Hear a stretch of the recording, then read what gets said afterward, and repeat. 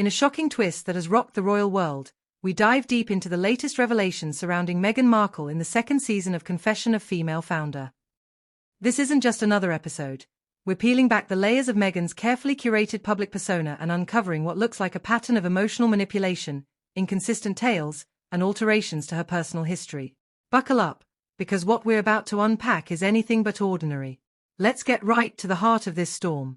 At the center of this media frenzy is a bombshell allegation regarding Meghan's widely discussed miscarriage. This tragic event supposedly occurred just 2 months before her groundbreaking interview with Oprah Winfrey.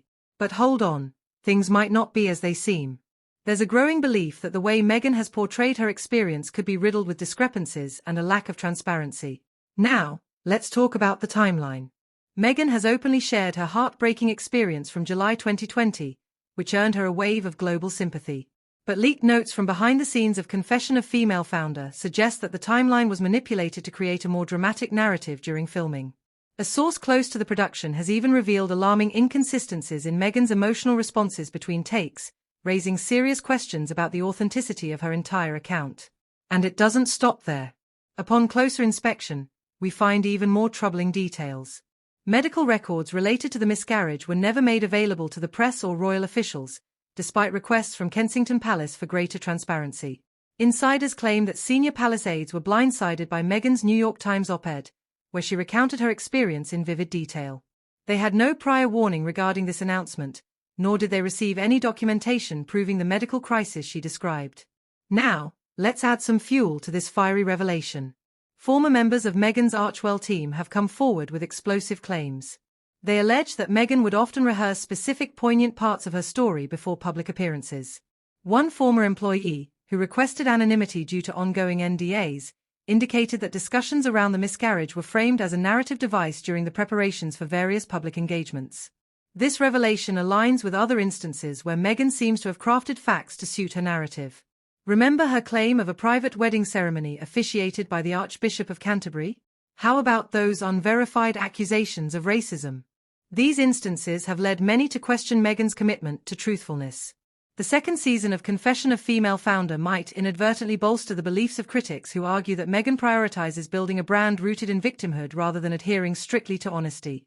It's becoming increasingly clear that Meghan Markle's ever-evolving narrative continues to erode the credibility of the institutions she once represented. Moreover, it's influencing emotions across the globe.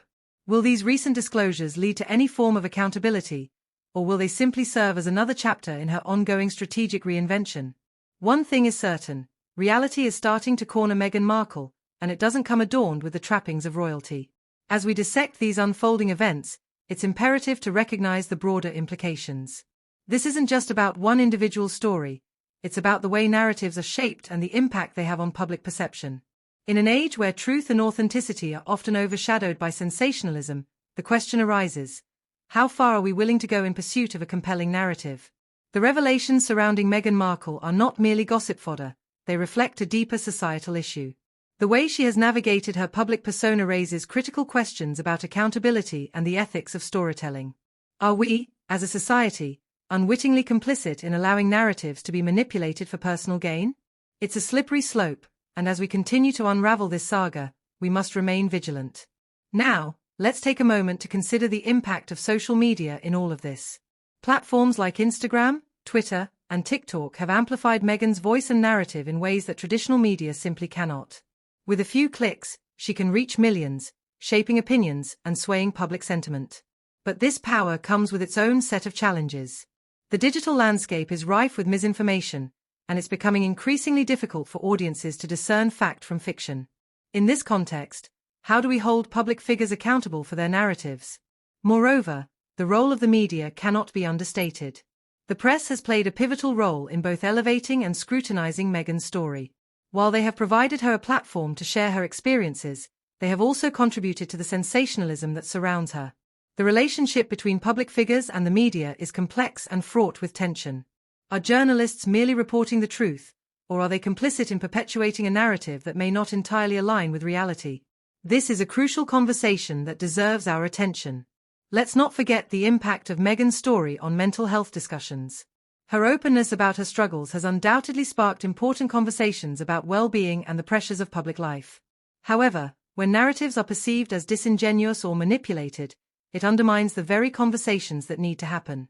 Mental health is a serious issue, and weaving it into a narrative without full transparency can lead to skepticism and a lack of trust in those who genuinely seek help.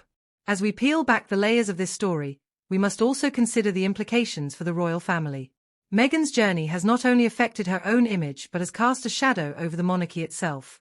The institution, already grappling with its relevance in modern society, faces further scrutiny as Meghan's narrative unfolds. How does this impact the public's perception of the royal family? Are they seen as out of touch, or are they simply victims of an evolving narrative that they cannot control? Now, let's pivot back to Meghan. The question remains, what is her endgame? Is she seeking to rewrite her narrative to fit a more favorable public image, or is she genuinely trying to shed light on issues that matter to her? The lack of clarity surrounding her intentions has led to a growing divide in public opinion. Some view her as a champion for change, while others see her as an opportunist. This dichotomy is reflective of the polarized nature of modern discourse, where nuance often gets lost in the noise. As we await answers, the question that looms large is whether Meghan will address these allegations head-on. Will she respond to the claims made by former team members, or will she continue to navigate her narrative from a distance? In a world where transparency is increasingly demanded, her silence could speak volumes. The pressure is mounting, and as the narrative continues to evolve, the stakes have never been higher. So, what happens next? Will Meghan continue down this path of strategic storytelling, or will the weight of scrutiny force her to confront the reality of her narratives?